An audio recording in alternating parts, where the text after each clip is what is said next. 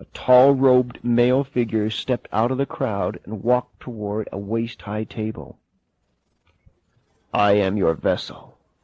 His deep voice droned as he lifted a goblet from the table and drank from it. "My mind, my body, my spirit are yours. Make my music sing of your dreadfulness, Abaddon, and welcome this neophyte into your fold." "That's Blade," Wes realized. A young woman rose from a chair to take Blade's outstretched hands. Wes's knees buckled, and he grabbed the door jamb to steady himself as he heard Jennifer's voice say, "Abaddon, I am yours." All at once his view was blocked by a man whose size rivaled that of Hulk Hogan. Wes's eyes centered on the words "Event Staff" emblazoned in bold black letters across the biggest chest he had ever seen. The giant pushed him out the doorway into the hallway. With one backward snap of his arm, the brawny bodyguard flung the door shut and shoved Wes against the wall. He then reached under Wes's jaw and squeezed a vital pressure point. Wes stared into the face of his attacker, whose eyes widened to reveal his soul, a look that Wes remembered seeing earlier that day in Blade's eyes as he spoke of Abaddon. Then blackness and a sharp pain that shot through his temples. The next thing Wes knew, his eyelids felt like heavy steel doors that would not open. Wes pushed himself up on one knee, put his right hand to his forehead. Staggering to his feet, he stumbled toward the door and stepped into the hallway. The other end of the corridor, people were straggling out of Blade's party. Just as it seemed the last person had exited, a well-dressed man stepped into the hallway. Ed Reimer. Wes recognized the popular mayoral candidate from a newspaper picture he had seen. Was Reimer trying to get votes by courting the fans of Clint Blade? Reimer wasn't Wes's primary concern, however. He broke off that thought and rushed to take a look in the room. Randy Ingram, Wes thought as he hurried to the elevator. "I'll call the bellhop tomorrow. Maybe he can tell me what went on." Wes exited the hotel. Once outside, he saw that his car was where he had left it. Wes plopped behind the wheel and pulled out. Mark! His son-in-law's name shot through his mind. Wes remembered he had a cellular phone in his pocket. He opened his briefcase in the passenger seat, got the Denver Police Department phone number from his address book, and dialed. "Mark," Wes said. "Sorry I didn't get back to you sooner, but a lot has happened." "Wes, we've been so worried." "Mark, I'll be home shortly. Can you come right over?" "Yes, I'll be right there." Minutes later, Wes pulled into the garage and rushed into the house. Annette, still dressed in her bathrobe, met him in the hallway with a hug. "Wes, where have you been? I've been frightened to death." Wes embraced Annette and kept his arm around her as they walked to the living room. "I've got so much to tell you." "That must be Mark. I'll get it," Wes said. Wes opened the door and was greeted by Mark, still wearing his police uniform. "Come in, Mark." Wes sat down next to Annette. "This may be difficult for you, but I think it's time we faced what's going on." Wes recounted his talk show confrontation with Clint Blade. Then he described Jennifer's leaving the station in the limousine and his trip to the Mile High Hotel, including the strange ceremony. "One thing is certain, Annette," Wes said. "Jennifer needs professional help." Mark leaned forward slightly, reached in his hip pocket, and pulled out a small notebook. Annette and Wes watched as he thumbed through it. "I might be able to help." He looked back down at his notebook and thumbed through a couple of the more well-worn pages. He stopped and looked up. "Dr. Alistair Brown. That's who can help you." He ripped a clean page from the notebook, jotted down the phone number, and handed the paper to Annette. "This guy is great. He deals only with the most difficult cases." Mark was interrupted by a sound at the door. Jennifer stood in the entrance to the living room with a smile on her face. She wore a blue and yellow sweater and tan crushed cotton slacks. "Did I interrupt anything, Mom?" she asked as she walked over to Annette and leaned down to kiss her mother's cheek. Annette was unable to speak. "Hi, Mark," she added with a bubbly tone to her voice. "Dad, I missed you today. I hope everything went all right at work. If it's all right, I'd like to go straight to bed since it's already 8:30. She turned lightly and left the room. Wes couldn't believe this was the same Jennifer who had thrown a violent tantrum earlier that day and participated in the grotesque ceremony. Even her clothing was different. Wes found himself too perplexed by Jennifer's actions to react. Jennifer bounced back down the hall, humming a tune. Wes turned to Annette and Mark. "Either she was on drugs earlier today or she's got a career ahead of her in acting," he said to diffuse the seriousness of the moment. Mark finished the coffee that had been given him and set the empty cup on its saucer on the mahogany end table. "You need to talk to Dr. Brown. Give him a call now." Mark walked toward the door and added, "I've got Jennifer's notebook in the car. She probably hasn't noticed it's missing, and you can slip it under her bed after she's asleep." "I'll walk out to the car with you," Wes said as he led Mark to the door. Wes pulled the Night Sacrifice concert tickets from his pocket. "If you're off duty on Halloween, let's make it a men's night out. Clint Blade gave me tickets to his concert." Mark agreed. "I'll take you up on it.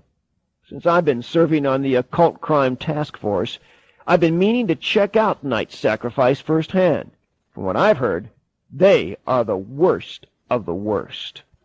The warmth of the house beckoned him, and he walked back inside and placed the notebook on the glass and brass coffee table in the living room. Annette was curled up, dozing in exhaustion on the couch. His return awakened her, and she opened her eyes slightly. "Please call Dr. Brown tonight," she insisted.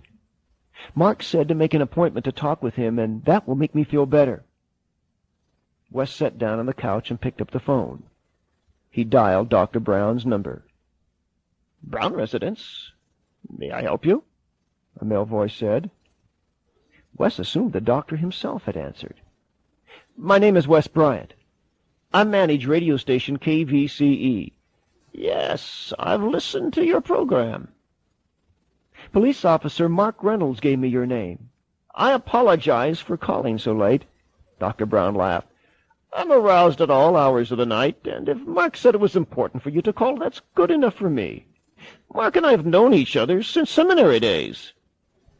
"Seminary days?" Wes queried. "What's he talking about? Mark never said anything about attending a seminary." "I'm calling about my 15-year-old stepdaughter, Jennifer. She's gotten involved in something called death metal music." "I know precisely what you're speaking of," Dr. Brown said confidently. "How deeply involved is your stepdaughter?" "I think it's very serious. She's fascinated by a band called Night Sacrifice and is friends with the lead singer Clint Blade. She acts like two different people, the daughter we love and someone else we don't even know." Wes went on to tell the doctor a little about the ceremony that afternoon. Dr. Brown was silent. After a brief pause, he continued, "Would 5 days from now, next Wednesday morning, be acceptable?" "Thanks for working us in, Dr. Brown. We'll be there." Wes took Annette's hand and gently pulled her up from the couch. "I found this in Jennifer's room this morning and showed it to Mark," he said as he tucked the notebook under his arm. "You go on ahead to bed. When Jennifer is asleep, I'll put this back where I found it. I'll explain what's in it sometime before we meet with Dr. Brown." Wes tiptoed toward Jennifer's bed and held his breath as he lowered himself to one knee. Then he slid the notebook under the edge of the bed where he had found it. He could tell she was sleeping by the slow rhythm of her breathing. He leaned closer to Jennifer's face. He heard her whimper softly. "Please don't hurt me. I'll do anything you say if you don't make me drink more blood."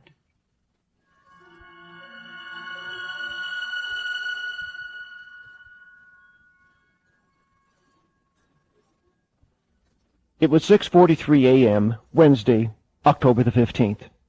Annette walked into the kitchen and greeted Wes with a pensive smile. "Good morning," she said warmly as she walked over to where Wes was seated at the dinette. Wes plopped 2 pieces of bread in the toaster and waited for the coils to heat. "Dr. Brown said to tell Jennifer we're seeing a counselor about family issues and that we want her to come along." Wes collected Annette's dirty dishes as she headed toward Jennifer's bedroom. He rinsed them off and wiped down the countertop. Slam! Wes's head snapped toward the direction of the sound. Seconds later, Annette walked into the kitchen, shaking her head and rubbing her hands. "That was Jennifer, running into the bathroom," Annette said tensely. "When I told her about Dr. Brown, she glared at me with a frightening look, and I couldn't believe the language that came out of her mouth." "I know how you feel. I need to get ready, and then I have to call the office to leave some instructions. Do you think you can handle Jennifer?" "Don't worry," Annette said as she stood and reached for the golden cross hanging around her neck. She held it between the thumb and index finger of her right hand. "We both need to remember who is in control. The battle for Jennifer's heart and soul isn't ours alone to win." The next 2 hours passed with agonizing slowness for Wes. When the clock struck 9:07, he closed his briefcase and called for Annette and Jennifer. "I'll get the car out of the garage and pull around to the front door in 5 minutes. Neither responded, but he assumed they had heard him. Just to be certain, he tapped Jennifer's door on his way down the hallway. He couldn't hear a sound from inside her room. He tapped again. "Jennifer," he called out, "we're leaving in a few minutes." When there was no answer, he decided to open the door. Jennifer stood with her back to him, sorting through her closet. She was dressed in black, and although he couldn't see her front, Wes assumed the T-shirt she wore was the one they had fought over before.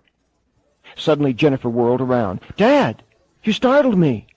I'm trying to decide what to wear to school today and can't imagine why I ever put this mess on," she said, pointing to her black jeans and the horrible T-shirt. "Did you stop to say goodbye on your way to work?" What's going on, Wes wondered. She doesn't know about the visit to Dr. Brown, and she doesn't know it's past the time she normally leaves for school. Who did Annette talk to? "Jennifer, you're not going to school today. Your mother and I have an appointment to see a special counselor about some family matters. We planned on your going with us." Wes reached for the door. "Please hurry. We only have a few minutes before we must leave." Jennifer gave him a confused look, as if she wasn't sure where she was or how she got there. "Okay, I'll change as fast as I can.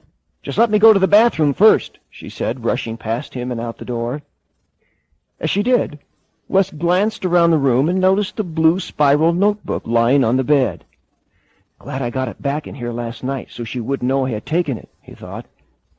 He walked over to where the notebook lay and bent down over it. To his shock, a message was written with a felt-tip marker across the front. "I, Stacy, must die on Halloween."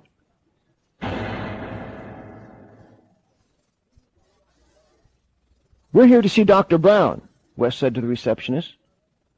"Hello, my name is Margaret," she said with a smile on her bespectacled face. "Dr. Brown will see you now," she said as she directed them toward the door just beyond her desk. "His office is the second one on the left." Wes stood and beckoned Annette and Jennifer to lead the way. They stopped at the second door down the brightly lit hallway. A brass nameplate said, "Alistair Brown, Ph.D." "Come in," Dr. Brown said, motioning toward 3 comfortably padded chairs in front of his desk. He lowered his head slightly, giving the 3 of them a serious but pleasant and non-threatening look. "I surmise Mark didn't inform you," he said. "From my accent, you were undoubtedly expecting a proper English gentleman. Well, I am," he said with a hearty laugh that put everyone at ease. "You just didn't anticipate a black English gentleman." "I'm from Kenya," Brown said. "Most Americans don't think of Africans speaking the King's English. They forget that the United Kingdom colonized much of Africa, including my country." Dr. Brown stepped from behind his desk to a wall on his right filled with certificates, diplomas, and photographs. Among the documents, Wes noticed a diploma displayed in a gold and black frame. From where he sat, Wes couldn't make out all the wording, but he could see that it awarded Dr. Brown his Doctor of Divinity degree. "You mentioned that you knew Mark from seminary," Wes said. "He's never referred to any religious training." "Oh, yes. We met at St. John's Theological Seminary in Chicago," Dr. Brown beamed. "Mark was a jolly good character, I say," Dr. Brown went on. "Mark's a man of exceeding wonderment, going from a life behind the pulpit to catching culprits," he said, grinning broadly. "I haven't seen him in years. Of course, I've talked to him on the phone, but the conversation usually centers around troubled kids. Besides, he's a very private person. Dr. Brown turned toward Jennifer. I'd like all of you to relax. Let's just get to know each other. Describe for me what happens when Jennifer manifests this extraordinary unpredictability, Mrs. Bryant. Well, Wes has seen more of it than I, but it's pretty drastic, Ned explained. One minute she's an energetic, typical 15-year-old, and the next minute she's sullen, resentful, even menacing. Sometimes she'll change clothing to match her mood. Dr. Brown tilted his chair back and looked at Annette. Has your daughter ever been sexually abused? Annette leaned forward in her chair. Yes, but that was 6 years ago, Annette answered as she lowered her head slightly. It's behind us. Mrs. Bryant, Dr. Brown said with an even kinder inflection in his voice, many people make that assumption, but the long-term effects of sexual abuse can last for years. The four most dangerous words in the English language are, "It will go away." Wes sensed it was time for him to join the conversation. The abuse happened when we lived in Indiana. Jennifer's father was the head of a powerful cult that ritually tortured children. I'd rather not go into the details with Jennifer sitting here. Wes looked at Jennifer to see how she was handling all this. She looked back at him, her eyes slightly misted over. It's okay, Dad. I haven't forgotten what that man did. If Dr. Brown needs to know, tell him. Apparently, the Order of the Dark Raven, they called it, went back for generations. Jennifer was to be a queen of some kind. I saw one of their ceremonies. I saw them kill a man, and I watched them sexually torment Jennifer. Fortunately, her father is dead. The people involved have all been brought to justice. Jennifer reached over and placed her hand on his arm.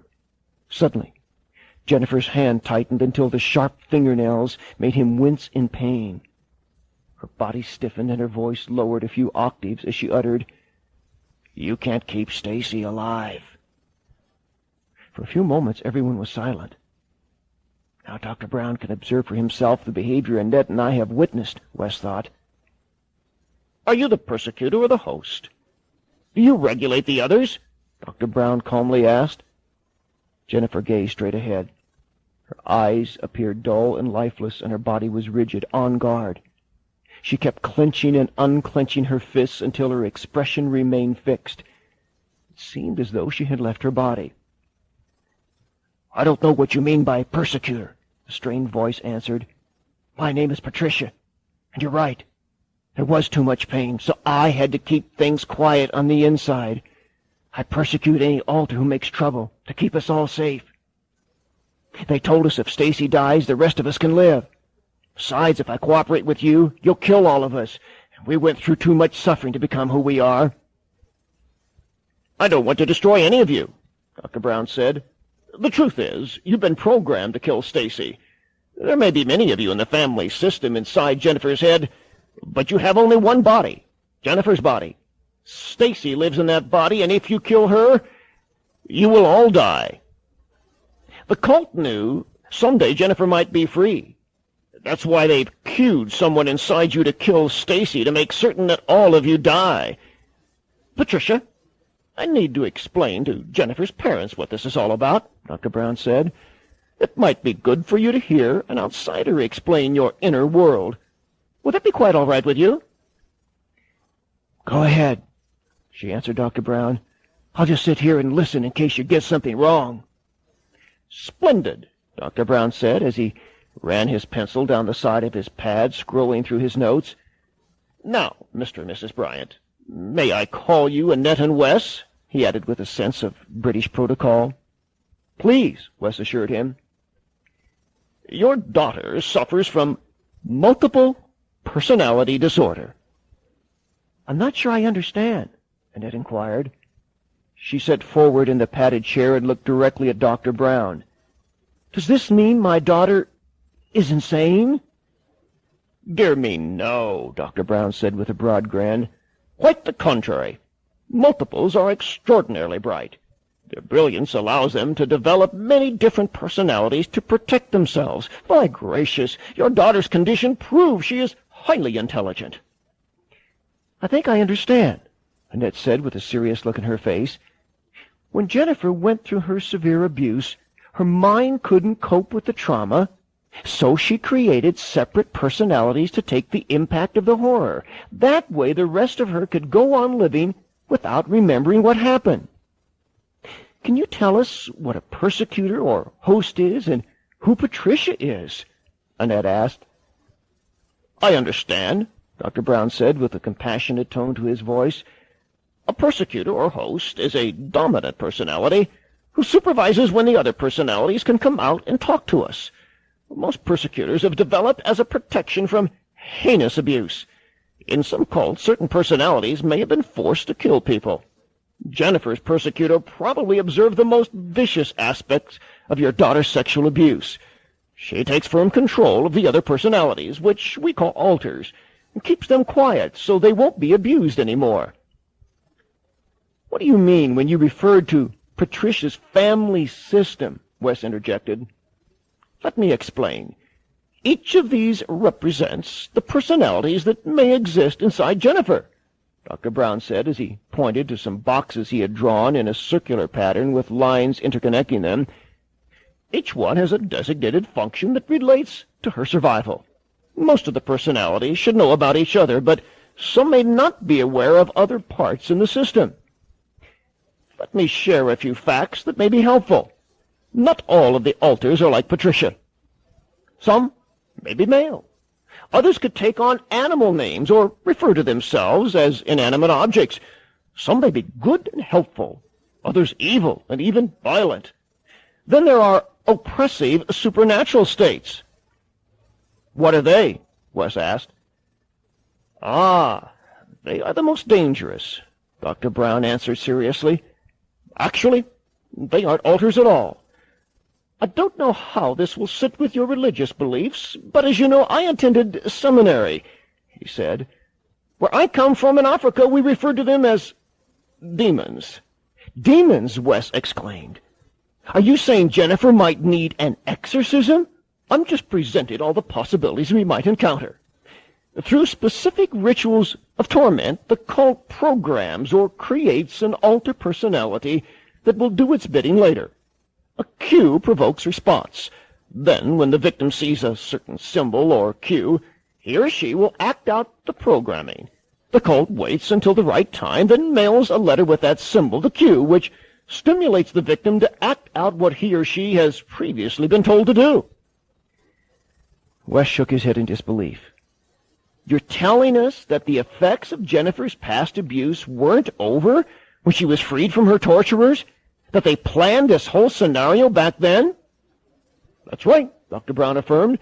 "The person you call the real Jennifer is the core personality, the original part of who she is.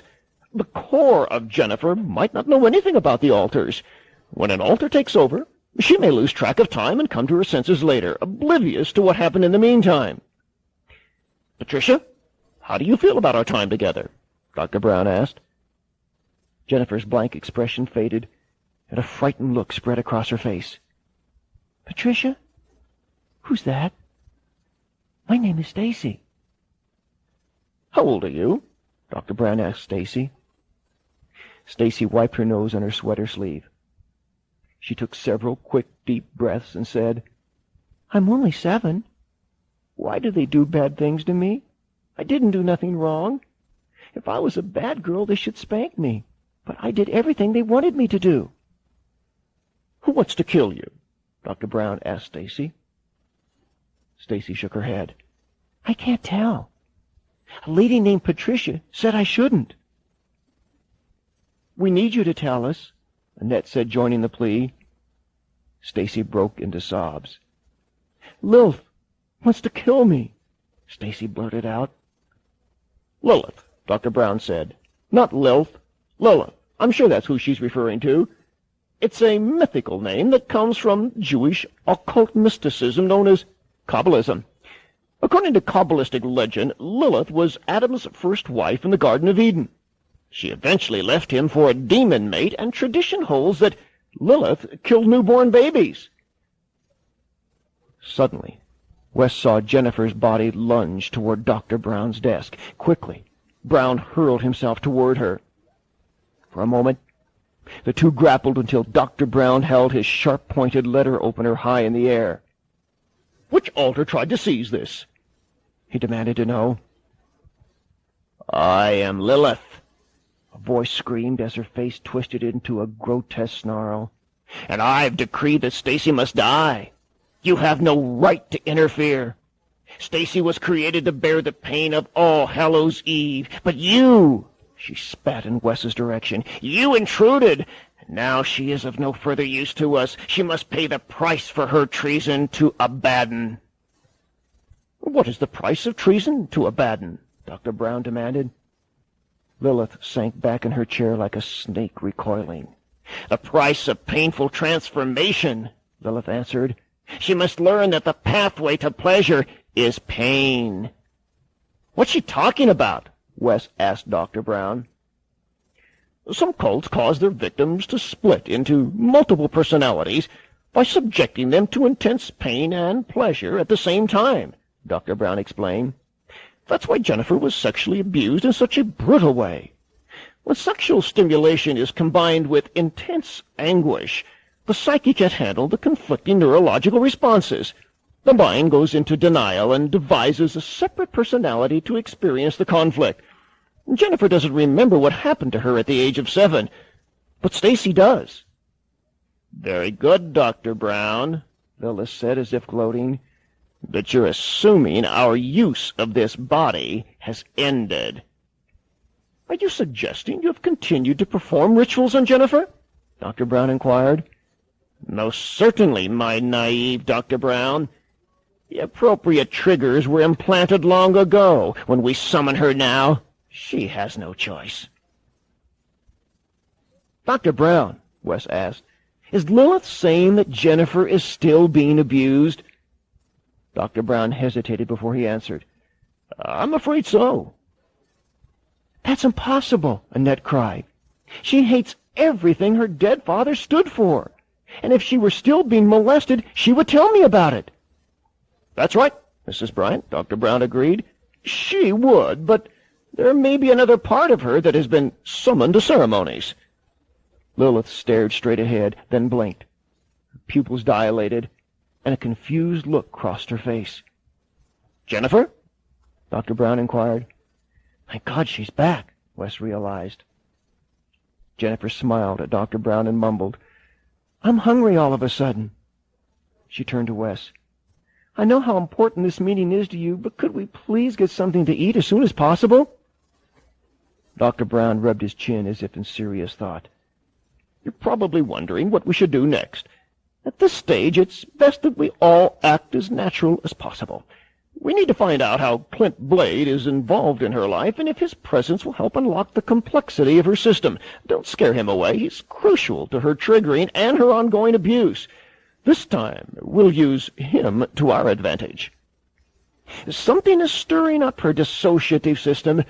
Unknown circumstances are provoking her alters to emerge. Fortunately for us and for Jennifer, this may turn out to be a blessing. Please keep in mind that Jennifer can and will be healed if all of us who care about her are persistent and if she chooses to cooperate in the process."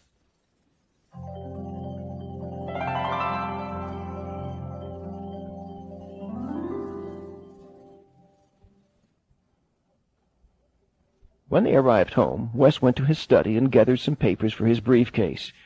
He realized his second encounter with Clint Blade was little more than an hour away, so he called the station. "Let me speak with Darlene, please," he said. "Have you turned on the radio to hear any news?" Darlene asked. "No," Wes answered. "I haven't had time." "Then you don't know? All the newscasters are talking about Clint Blade. It could be one of his cheap publicity stunts or the ammunition you want for today's show." "What?" "Well, he was arrested last night and is out on bond today," Darlene explained. "He and some members of his band were speeding in his limo last night, and the driver was stopped and booked for DWI. But that's not all. Blade was apparently soused and punched a police officer. There's more. The press made a big thing about what the police found in the limo. Alongside the whiskey and vodka bottles, they found a crystal decanter full of blood. It was confiscated, and lab tests are being run today to find out whether it was animal or human. Wes hung up the phone. I'm not sure whether I should be glad that Blade has done something outrageous so I can hit him during the show today, or whether I should be worried about where the blood came from. He threw the paperwork into his briefcase.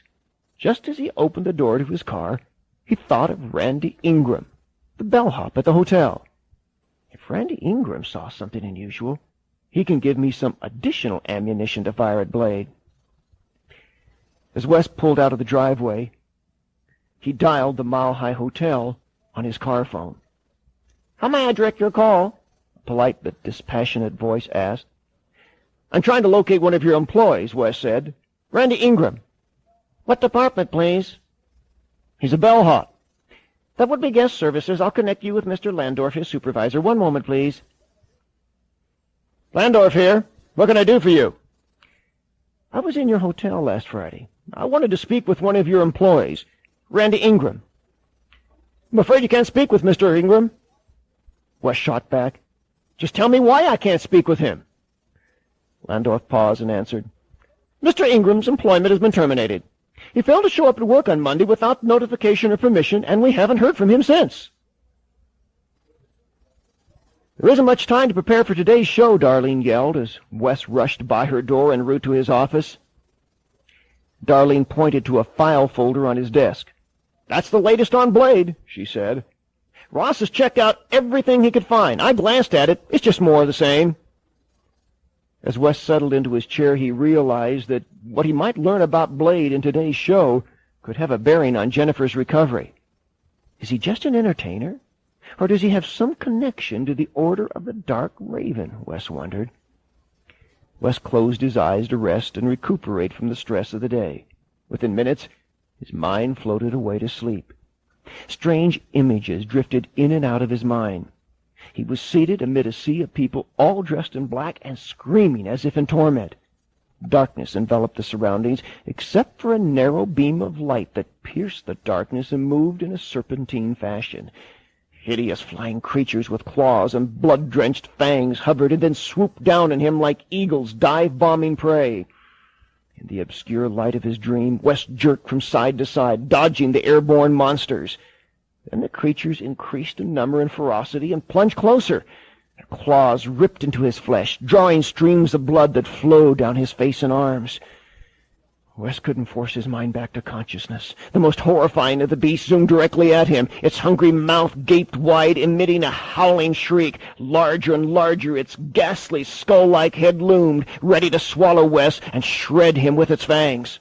Wes felt a nudge on his shoulders that evaporated the ominous apparition and brought him back to reality. Darlene stood at his side and looked at him with concern. "Almost 1:30. "Wow, I didn't realize it was that close to showtime. Tell Ross I need to see him right away." "Not yet," Darlene disagreed. "I've got to talk with you about some other things." "Like what?" Wes asked. "Two of the guys in sales had a pretty bad argument over commissions, and both are threatening to quit."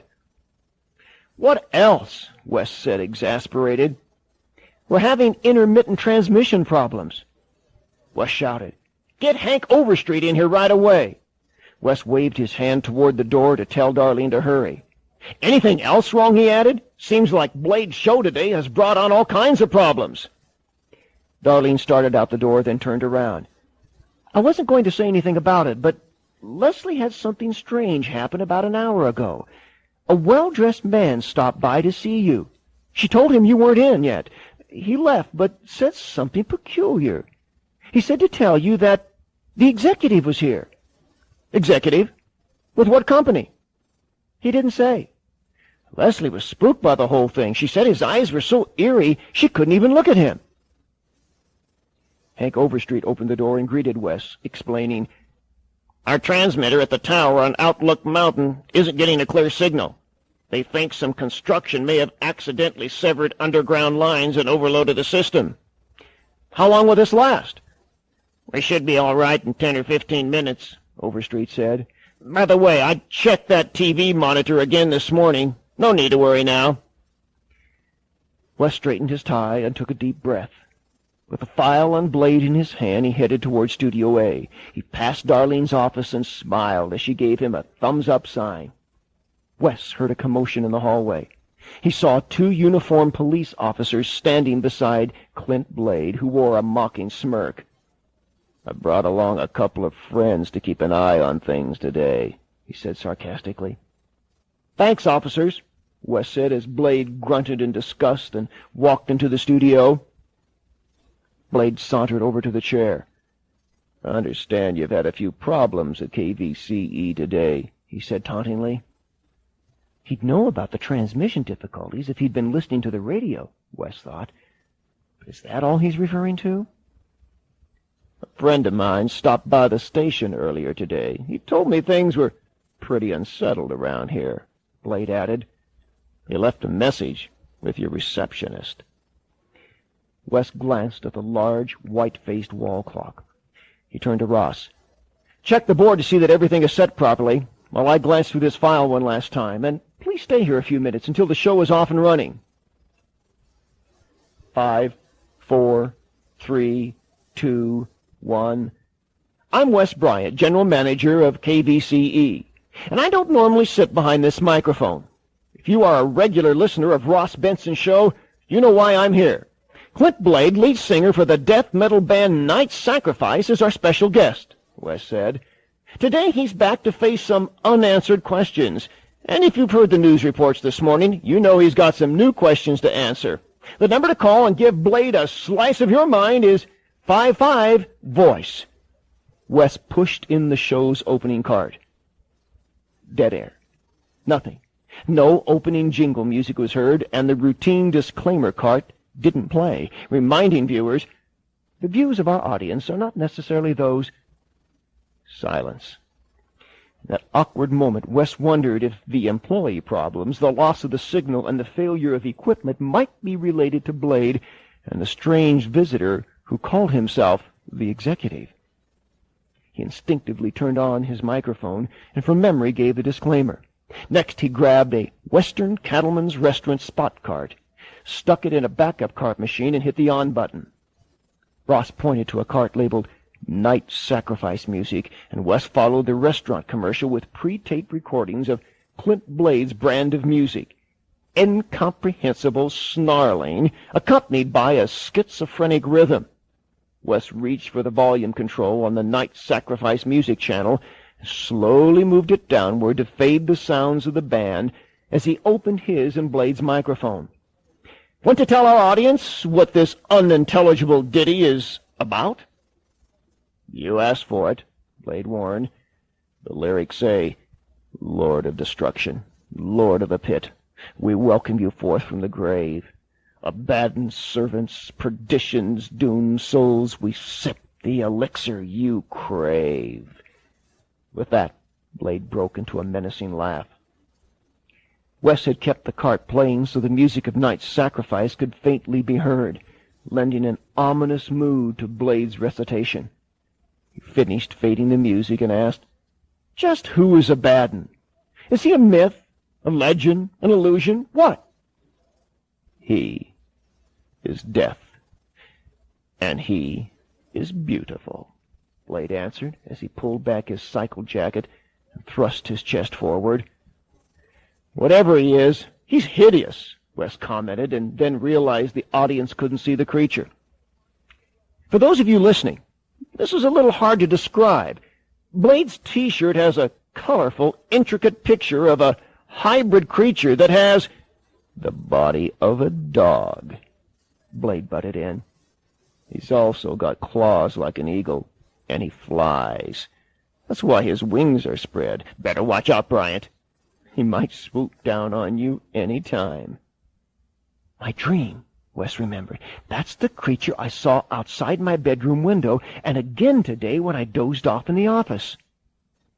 "Look into his eyes, Bryant, or at least the hollow sockets in the skull that once held his eyes," Blade said, pointing to Abaddon. "Why does he have horns?" Wes asked. "Abaddon is the goat, not the lamb. That's why he has horns," Blade answered. If you don't know what that means, I suggest you talk to someone who's had theological training, if you know anyone like that. Dr. Brown? Mark? Is he referring to them? Wes wondered. Is he just guessing to spook me out? Abaddon, Wes said. Once and for all, who or what is he? Abaddon is all things. He is spirit, and he is flesh. He is God, and he is human. He's an angel, and he is a devil. Blade spoke with an arrogance that let Wes know his description wasn't merely a clever choice of words to obscure what he really believed. Then Blade stood to his feet, tore his sunglasses from his face, and leaned over the console. With one arm he knocked the microphone aside, dislodged it from its bracket, and sent it spinning across the floor. Bryant, he growled in a more controlled monotone, Abaddon will soon claim the sacrifice that is due him. This concludes this side. Please fast forward the cassette to the end and proceed to the next tape for the continuation of the program.